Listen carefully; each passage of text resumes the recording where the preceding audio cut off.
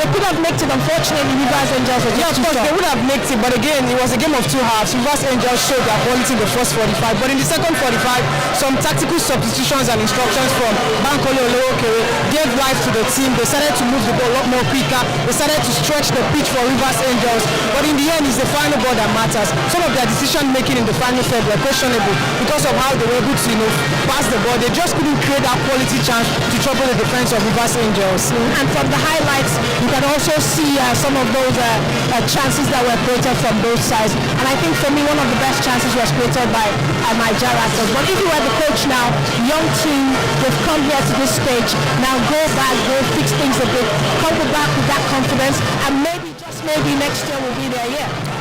I think getting to the final for the first time ever in their young history would be a lot. Lessons have been learned now. This is their first time. They would have picked one or two lessons back to Abuja again to try to get better. Maybe when they have the opportunity to play in another final, they maybe do certain things right. But I thought that they did not give up without a fight. They really put up a good fight against Rivers Angels. Like I said, it's a cup final. Anybody can win it. It doesn't matter how brilliant you are. It doesn't matter the pedigree that you have. But I thought they put up a good fight. But just a little bit of naivety here and there cost them the trophy today. And they may not have won the trophy, but some individual honors were given as well. And if you look at Agama, she's now obviously the best player of the highest goal scorer of the tournament. But that penalty again being showed now, you look at that placement. That's something that I'm going to remember for a very long time. Great penalty take. Absolutely. Who would have thought that the penalty would have been the decider of this competition? I knew that somehow that Niger Raptors in the second 45 we want to ask questions of the defense of Rivers Angels. But for Rivers Angels, I thought they don't concede a lot of goals, I must say, and they have the best players, in the league. They go to buy the bigger players in other clubs. They come to Port Harcourt, assemble them, give them proper coaching, and it's there for everyone to see.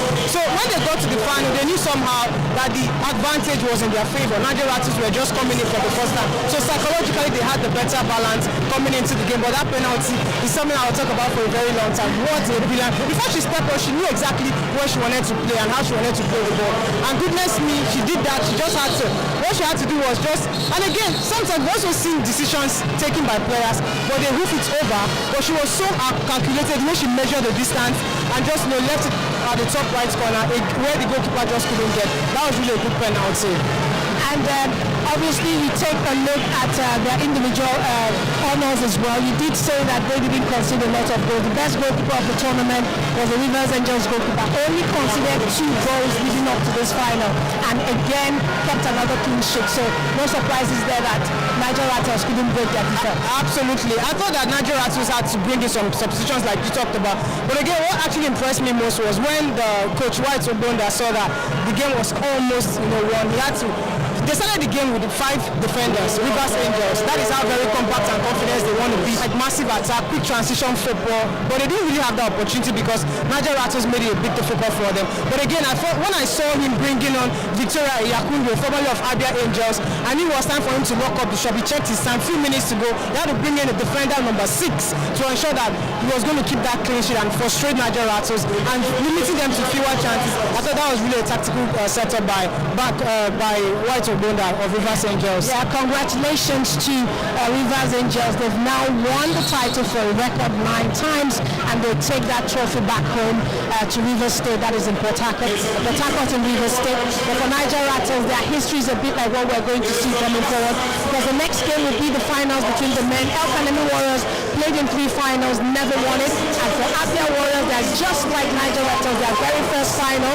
And their supporters are here in the stadium. The stadium is slowly filling up because the men are about to play, and it's looking like it will be one of those exciting days to be here at the Mobolaji Johnson Arena in Lagos State. So if you're not here, make sure you're watching it live on your World of Champions. All welcome to you. My name is, of course, Chisom Mbono Ezos, and Adesa Michael is here with me together. We'll take you through the final for the men between Kanemi Warriors and Abia Warriors. Now let's take a look at the history between these two sides. I don't know, you are still in the Premier League. Kanemi just coming up. Again, they'll start facing each other at least 2 times next season, and this will be that test they need to extend whatever records they have. I I think for Kanemi Warriors, their traditional side, they've been around for a while, got relegated 2 seasons ago. But I have to point out how very determined they were in the NNL to get that promotion back. They got to the qualification series in the Northern Conference in the NNL, and then went to the playoffs. They were not disgraced. They didn't win the title, but they really gave good account of themselves. They showed that they could score goals. And again, what actually worked for them is that they tried to keep a bulk of their players that were with them 2 seasons ago when they got relegated. I remember Jerry Isaac, formerly of MFM, he's still with the team today, to mention but a few. Other of experience I estimated that are coming from the NNL, else they'll be in for a shocker. So for me, this is a 50-50 tie, highly balanced. For Kanemi Warriors, they've been here before 3 times now. This is the 4th time they want to win the trophy. But for Abia, it was their first time ever in the finals. I mean, they'll really be motivated as well. Definitely. And talking about motivation, let's take a look at the road to the final for these two sides.